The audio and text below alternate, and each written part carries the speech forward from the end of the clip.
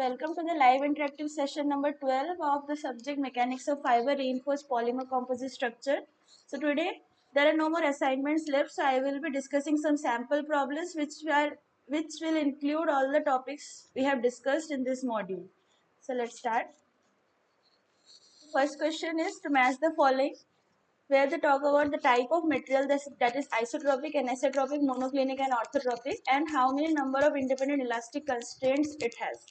So first we talk about anisotropic material. So anisotropic material are those in which the property of the material allows it to change or assume different properties in different directions, which means that all its coefficients have some value as it is non-uniform in every direction. So for this, all the coefficients of the stiffness matrix will be present, but also there is symmetry between the coefficients along the diagonal. So because of that, there will be 21 independent elastic constants for an anisotropic material.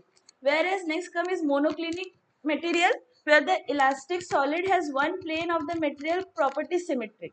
So here few of the coefficients will be 0 and the total number of independent elastic constants will decrease to 13. Next is orthotropic material, where all three planes of material property are symmetric. So more coefficients will become 0 and we will get 9 independent elastic constants. And finally isotropic materials, where all the properties are same in all directions. So only 2 independent elastic constants we will have, that is Young's modulus and the Poisson ratio. So it will have 2 independent elastic constants. So we can do the match the following from this theory. So next, mostly I have numericals today. The second question is, consider a bar of cross section A and length L. A uniform tensile load P is applied to the two ends of the rod. To find the state of stress and strain and the strain energy per unit volume of the body, assume that the rod is made of a homogeneous isotropic material of Young's modulus E. So as you can see in the diagram, there is load only in x direction, so we will consider the stress in only x direction and all the other stresses is equal to 0. So it is given pressure, so the stress in x direction will be equal to pressure per unit cross section area. So the stress state at any point is given by stress in x direction as P by A, and all the other values are equal to 0. So now this circular rod is made up of an isotropic, homogeneous and linearly elastic material. Then this is the stress strain matrix, where the coefficients of this compliance matrix you can find in this way, which contains only as I said, it is an isotropic material, so there are only 2 independent elastic constants, Poisson ratio and modulus. So in terms of that, you can get the compliance matrix here. And when we finally get the equation by solving this matrix, we get the values of strain in x, y and z direction, and the shear strains are equal to 0. So the equation to find the strain energy stored per unit volume in the rod is given here, this. So here, from here you already got the value of the strain in x, y and z direction and the shear strains, which are equal to 0. We put the values here and we can get the final value of the strain energy stored per unit volume in the rod.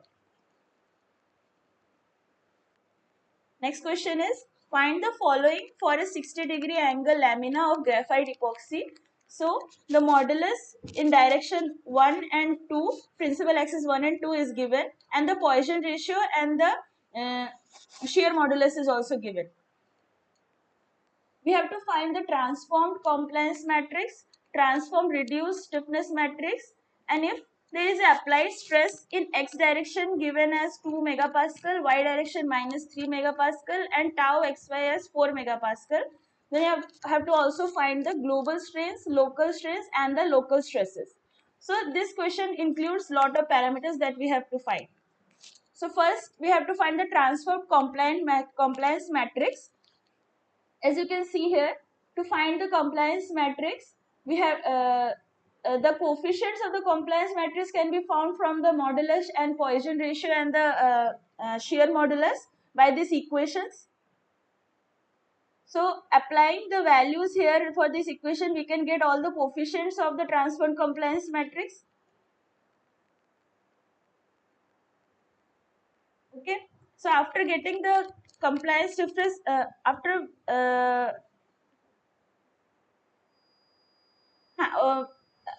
getting the coefficients of the compliance matrix, we have to find the values of the transformed compliance matrix. For that, from these coefficients of the compliance matrix, there are equations to find the values of the transformed compliance matrix that is given here. These are the equations, and from these equations, we can get the coefficients of the transformed compliance matrix. Next is we have to find the transformed reduced stiffness matrix. So to find the transform reduced stiffness matrix, we have to invert the transformed compliance matrix and we will get the transformed reduced stiffness matrix.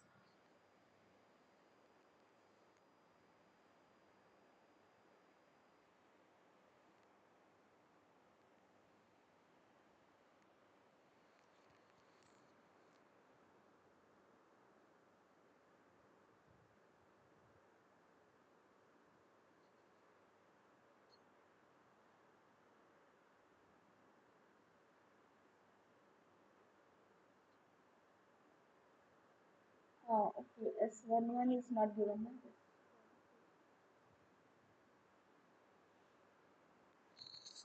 The value of S12 is not written here, but we can find it from this equation, and from that we can make this matrix of the transformed compliance matrix, and to find the transformed reduced stiffness matrix, we will take the inverse of it and we will get the value. So next question they asked is that if there is an applied stress in xy direction and there is tau xy values given, then what will be the global strains? Now global strain in xy plane can be given by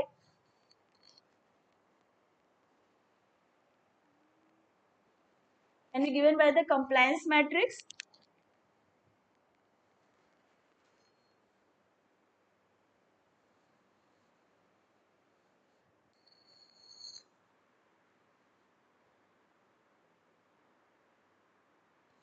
Okay, the global stress in the xy plane can be given from by the use of the transform compliance matrix. So we can get the we already have the values of the stresses and we can find the global strains from this matrix. After that, we need to find the local strains. So local strains is, we are already given global strains. To transform it to local strains, we have to multiply it with the transformation matrix. So using the transformation equation, we have already given the angle as 60 degree. So we have the we know the matrix, transformator matrix, which considers the cos and sine of the theta angle of the matrix of the laminate, and with that transformation matrix we can change the global strain to local strains. So here you can see this matrix is the transformation matrix we get for a 60-degree angle laminate, and when we multiply it with the global strain, we can get the final value of the local strain. Now using this local strain, we have to find the local stresses. So we can use the compliance matrix. No, we have to use the stiffness matrix. By using the stiffness matrix, we are already know the local strain, so we can find the local stresses. Or here uh, already given in the question are the local stresses.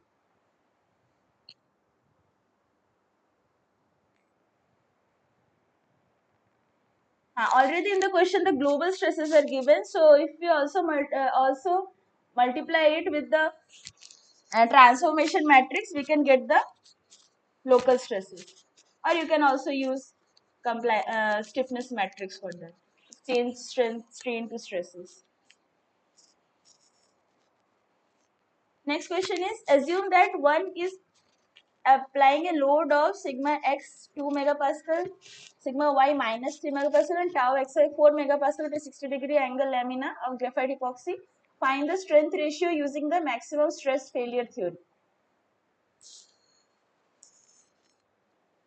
Now the strength ratio is defined as the maximum load which can be applied divided by the load that is applied. So if we consider the strength ratio as S, then the maximum stress that can be applied will be, as already we are given the values of the load applied. So we took this as S and the load applied is given. So we will get the value of maximum load in terms of S, that you can see here. Now these are in global axis. We will change it into principal axis for a 60-degree angle lamina by using the transformation matrix, and this is the value we are getting of in principal axis of the lamina. Then we are here you can see the values of the ultimate tensile and compressive strength in principal axis is given.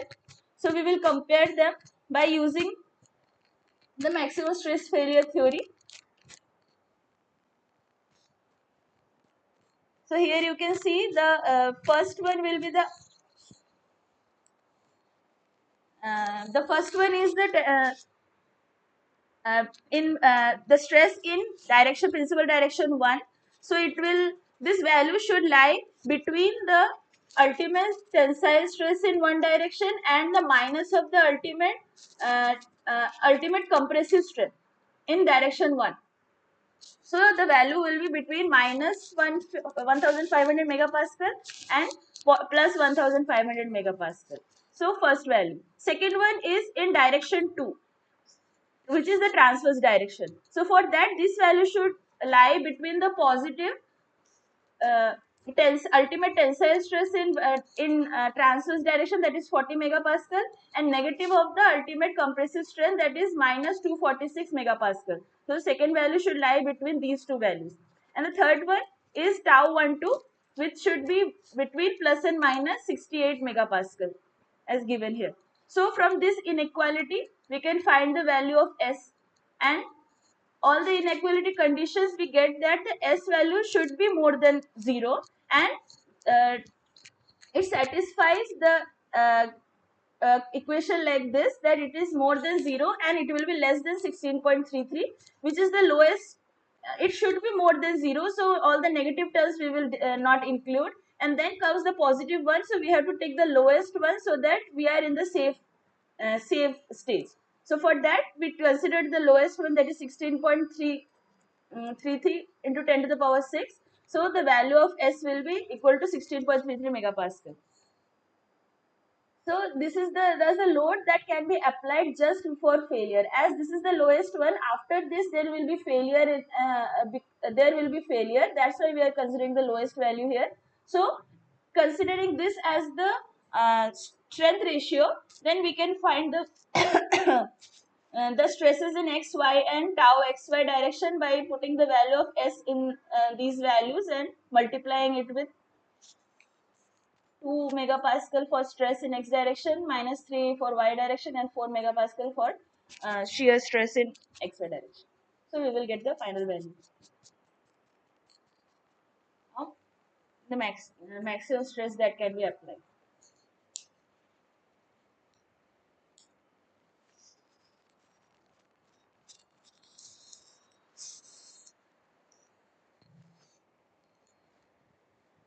The next question is to find the following for a 60-degree angle lamina of glass epoxy. So you have to find the coefficients of thermal expansion, coefficient of moisture expansion, and the strains under a temperature change of minus 100 degrees Celsius and a moisture absorption of 0.02 kg per kg of the lamina.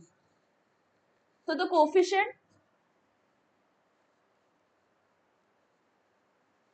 uh,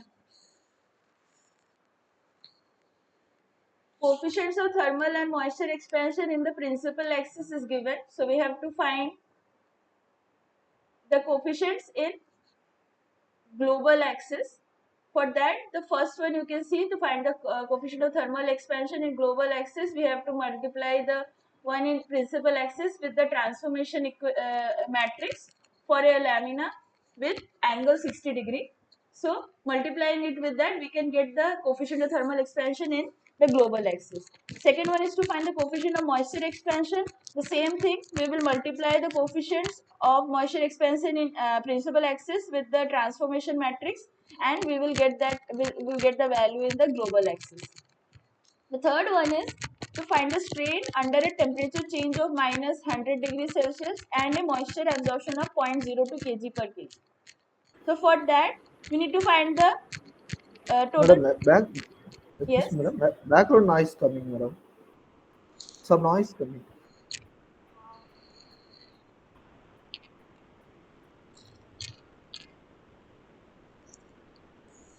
Is it still coming? Oh, now okay. Okay. Okay, so we have to find the strain. To find the strain, the equation is to find the total strain because of the temperature change and the moisture change. We have to multiply the delta T with the coefficients of the thermal expansion plus the moisture absorption, multiply it to the coefficients of moisture expansion. From that, we can get the total strain in the global axis. As you can see, it's done here.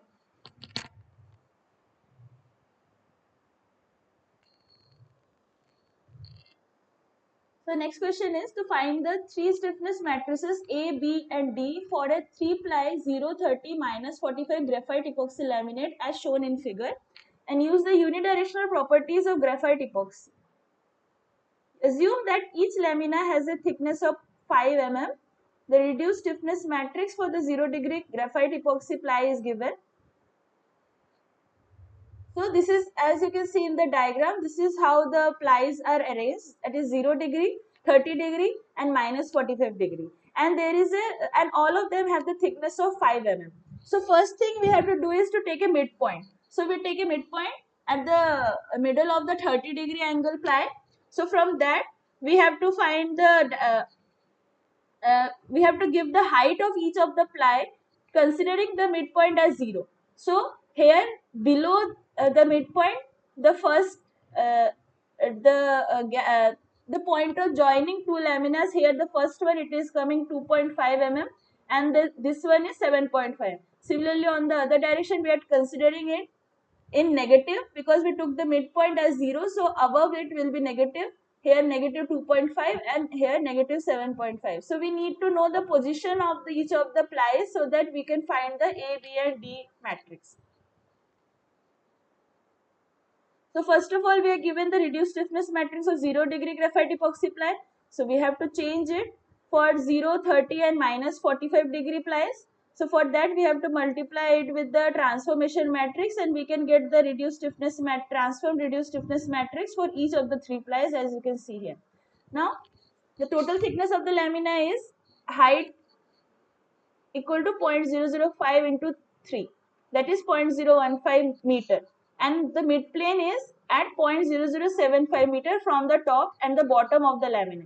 Thus the locations of the ply surfaces are, as I said before, H0 is minus 0.0075 meter, H1 minus 0.0025 meter, H2 is 0.0025 meter and H3 is 0.0075 meter.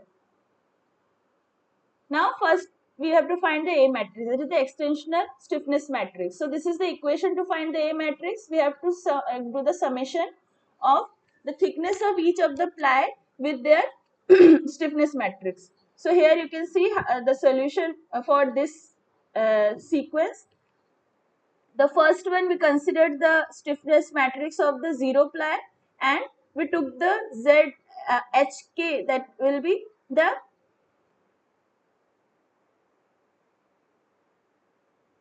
this value, what we considered it. For the 0 ply, we have to consider the H1 and then minus this, which is H0. Basically, for A matrix, it is easy. We have to consider the thickness only, but we should study this according to the location. So it will be H1 minus H0 for 0-degree ply. Plus, then comes the stiffness matrix of the 30-degree ply. Here you can see above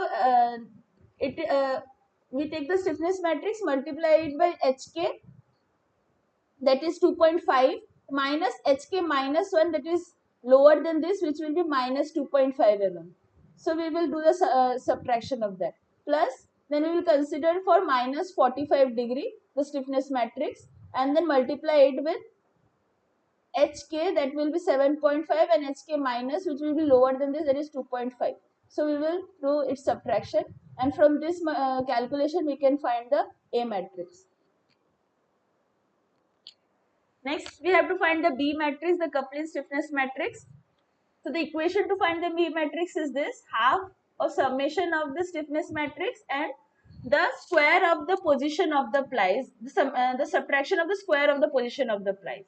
So here the first we will consider the 0 degree, half of 0 degree stiffness matrix, and the positions that I explained before.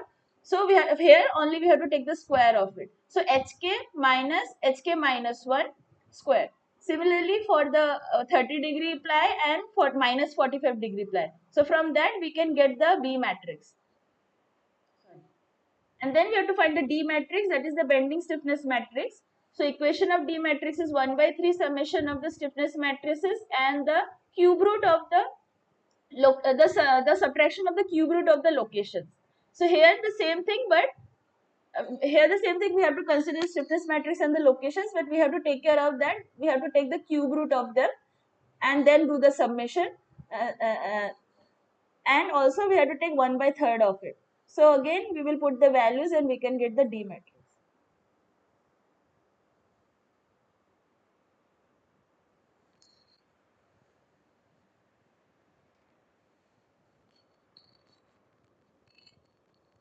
The next question is 0, 30 minus 45 graphite epoxy laminate is subjected to a load of Nx Ny equal to 1000 Newton per meter.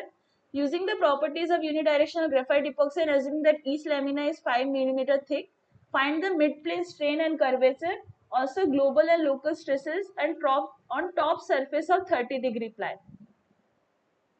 As the three stiffness matrices already we found in the previous question. So now here we are given the loads in x and y direction, which is 1000 Newton per minute per meter, sorry, and we have to find the mid-plane strain and curvature. So that can be solved by this matrix, which is the ABBD matrix. Here it is relating the load and the moment with the mid-plane strain and the curvature. And here it is A, B and D matrices. So this is the whole matrix that is formed for the ABBD matrix. And after only Nx and Ny is there, other all the values are 0. So putting those values there and taking the solving this equations, we can find the final value of the strains, mid-plane strains and the mid-plane strains and curvature.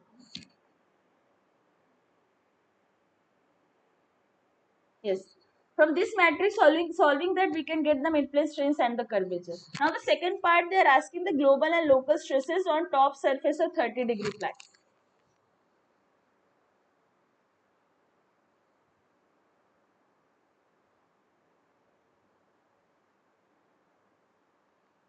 So the stress and strain at top surface of 30 degree ply are found as follows. First, the top surface of the 30 degree ply is located as at z equal to h1, that is minus 0.0025.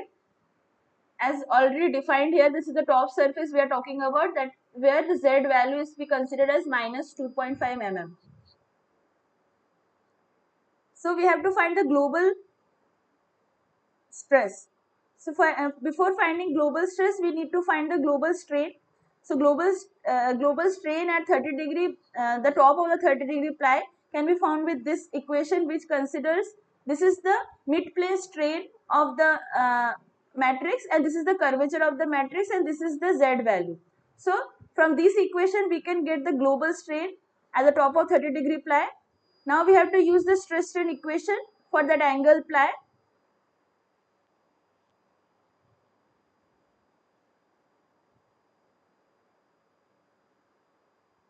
So here we have used the stiffness matrix to find the global stress, as global strain is already there. By using the stiffness matrix, you can find the global stresses at the top of the 30 degree ply.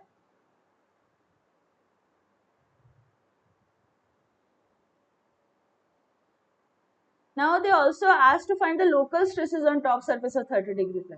So already we know the global stress and strains. So from that we can again change the global stress into local global strain into local strain by using the transformation matrix of the 30-degree ply, and from the local strain we can find, or we can, this is the local strain, and to find the local stress we can multiply the global stress matrix to the transformation matrix, and we can find the local stress matrix.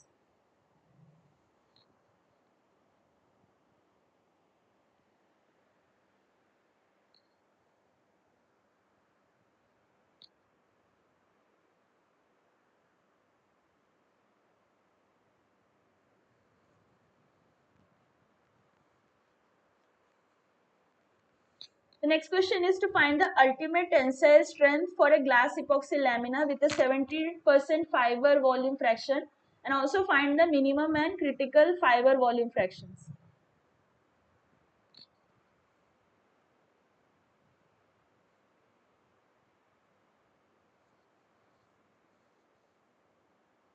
So in this, the value of the modulus of the fiber is given as 85 gigapascal, and the ultimate fiber stress is given as 1550 megapascal. So to find the,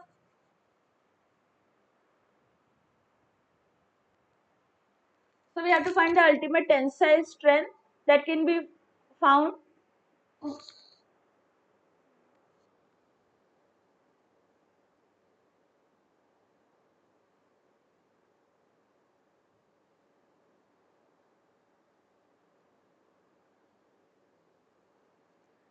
So in the question, the value of the modulus of the fiber and the ultimate strength of the fiber is given, and also the modulus of the matrix and the ultimate strength of the matrix is given. So from that we can get the ultimate strain of the fiber and matrix, and to find the ultimate tensile strength of the lamina, this is the equation that we have to follow, which considers the ultimate stress of the fiber, volume fraction of the fiber, plus the ultimate strain of the fiber, the modulus of the matrix, and the volume fraction of the matrix. So by putting the values in this equation, we can get the final value of the ultimate tensile strength. Then they are asking to find the minimum and critical fiber volume fraction.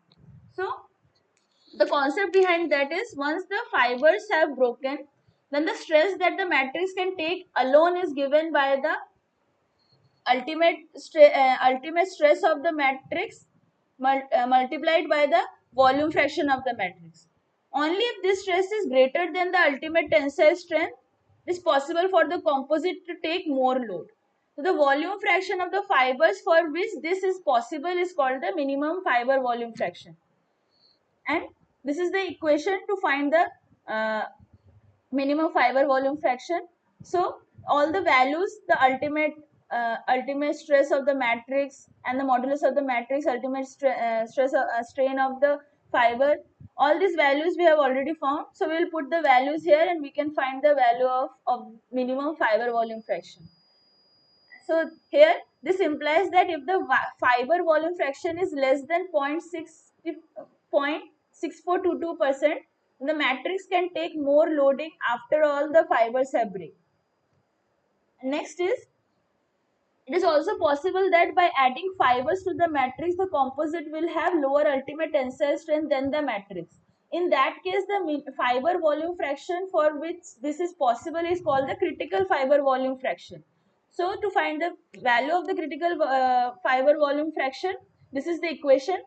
And after solving that, this is the value you are getting, and this implies that if the fiber volume fraction was less than 0.6732%, the composite longitudinal tensile strength would be less than that of the matrix.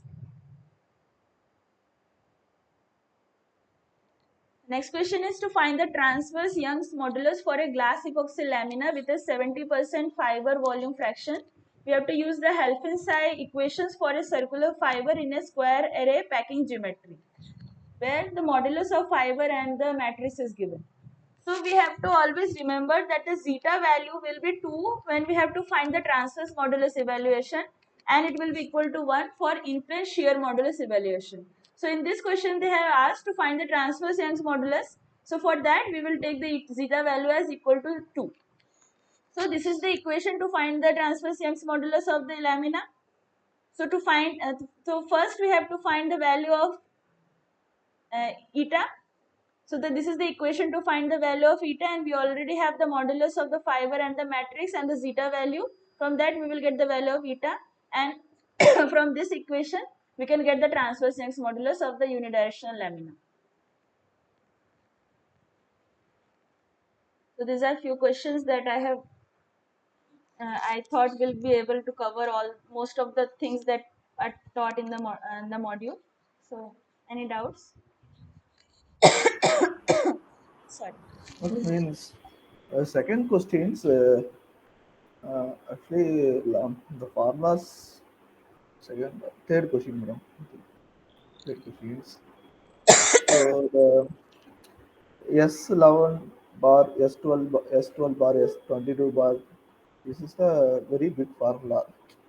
So this formula given in question or we need to memory. No, we don't have to memory. One minute. So some of the formulas are very complicated to memory. This kind of formula. Those formulas which are big one, you don't have to remember. Either they will be given in the question, or you will be directly given the stiffness matrix and all. Okay, okay, madam. Now you talked about briefly explained problems, but in our final examination, this kind of problem will you ask or multiple choice question only? Final exam that I don't know actually. Hello, your Sorry. voice not For the hearing. final exam, I don't know what type of kind of questions will be there. I took the sample question to brush up the concept that is taught in the class. So mostly it will be time bounded question and it will be easy one, but it's better for you to know all the concepts. Okay, okay. Actually, this kind of questions having more steps is there, and also how to attend the multiple choice question. This kind of question is totally different. That's only I Actually, say. I have no Another idea one. about the final questions how it comes. Sir would be able to answer those. So it will be better So if you can. actually, previous assignments questions will come for final examination. Yeah, they can come or questions like them will come. Okay. How many percentage? 40. What kind of percentage? That I don't know. Sorry. Your Around. queries about the final exam you can ask in the discussion if sir Okay, okay. is able to answer those because he knows what questions he is. Madam, that already I called for that lecture notes of previous SARS video, lecture video, but on mail came the already 24 lectures are uploaded, but the link I don't find, madam. I don't know. Is audible? You're audible. Yeah. I am unable to find that link of material. I think they did they talk about the PPT or the video lecture? PPT, madam. That actually SAR presented videos in converted to the PPT.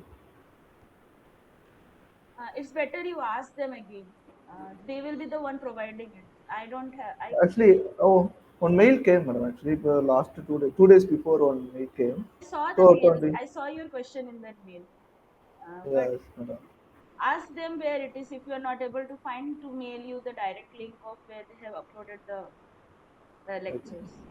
Actually, I having one. I find the one link that previous assignment questions and lectures link, but some of the PPT open only open. Some of the PPT not open, madam. Maybe they didn't give the that permission for it. So ask them to give the permission for opening those links. Maybe it's restricted.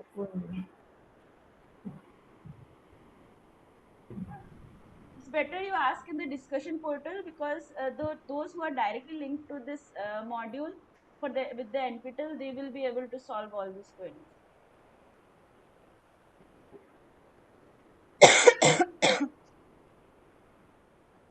Any doubts on the sample problems that I discussed today? No, madam. Hereafter again, I recall the all the videos. Af- After that, I will see the sample problems. So, some of the problems are easy, but some problems are difficult. Like that, lot of steps is there. Uh, in previous our questions, only A B B D matrix, A matrix only that B D matrix. Most of the questions are zero due to the symmetry. So now your solved questions A, B, B, D, all the matrix is used. So that kind of problems again I will recall. So no issue, bro. Actually, last class somebody asked how to explain how this matrix values to be found. So I put a question to explain it properly. How Yes, they yes, get the madam. values of all the matrix ABD. And Fine, ma'am. okay.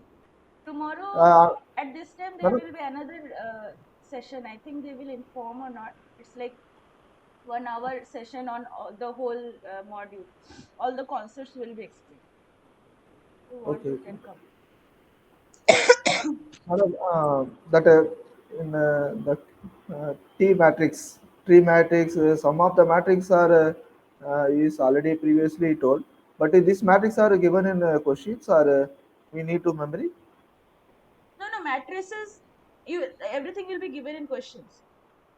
You don't have to Okay, okay, remember anything. You just have to remember the concept, how to solve those, how to transform them. okay, okay, fine, ma'am. Values they will give, and from values you can find the matrix. You can form the matrix, the modulus values and everything. The engineering constants they will give. From that you can form the matrix easily. Okay, madam. Okay, fine. Anything else? Nothing. Fine, thank you, madam. Then I will end the session. Thank you.